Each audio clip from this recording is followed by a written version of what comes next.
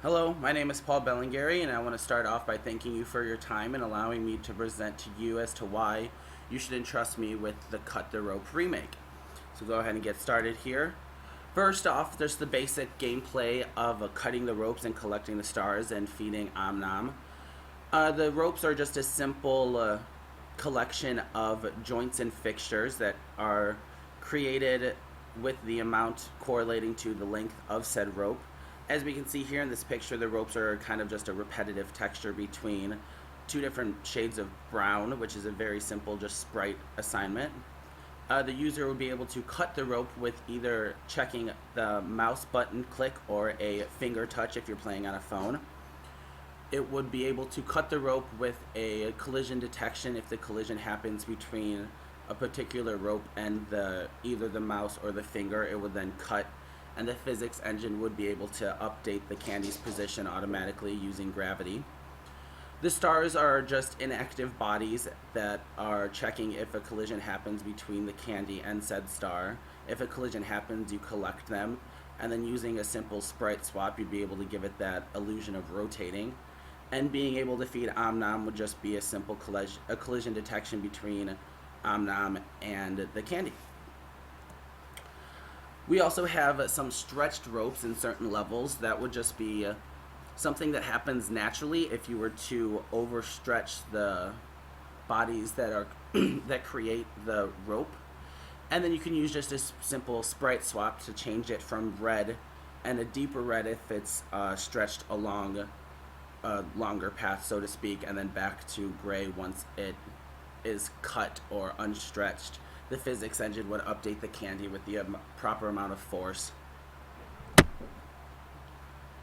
Bubbles are going to be just a simple collision detection between the candy and said bubble. Once the collision happens, the position of the candy and the bubble kind of stay on the same path, they stay on top of each other, so to speak.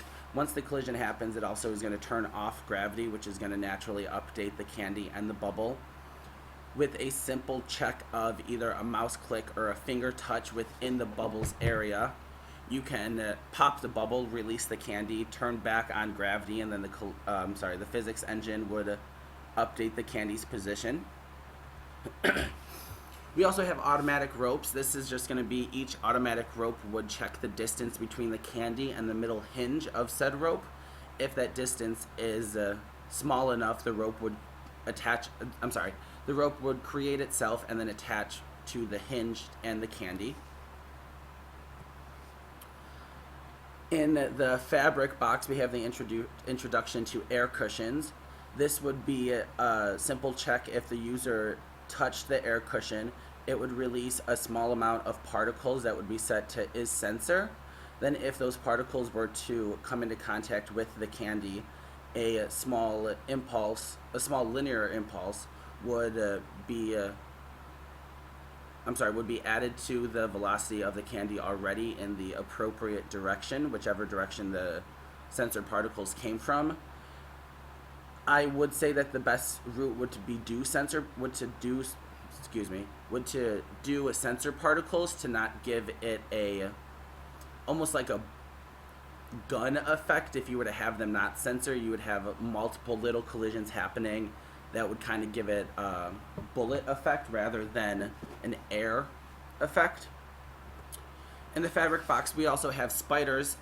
So those are going to be, once the level loads, they're going to be kind of on an off state, and once the distance between the candy and the middle hinge of the automatic rope is a certain distance, the rope would be created and the spider would then be kind of turned on, so to speak. The spider then kind of climbs along the rope, and then if a collision happens between the spider and the candy, the spider jumps off the rope with the candy in its hands, and the level fails. You could simply do a check for the spider if it is moving along the rope properly.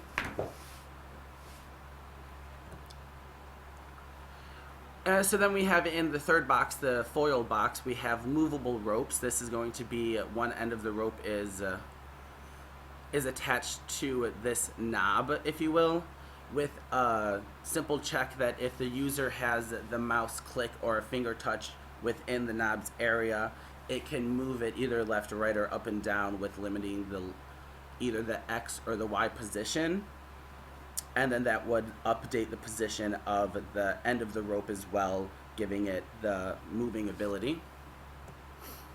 We also have time stars in the foil box. This is going to use a sprite swap system as well as a timer. So what it's going to do is that if the current time of the level surpasses a certain time that's assigned to the star, kind of call it its life, if you will, it would then just delete the star from the game and delete the sprite from the screen, enabling it to be collected from the user. And then finally, we also have sparks, which are kind of a lightning effect that kills the candy if it collides with it. This is again going to use a sprite swap and a timer system. If it is after a certain amount of time, the sparks turn on and off. So that way, if the candy collides with the spark, all you'd have to do is check to see if the spark is on, and if it is, kill the candy and the level then fails and you'd have to start over.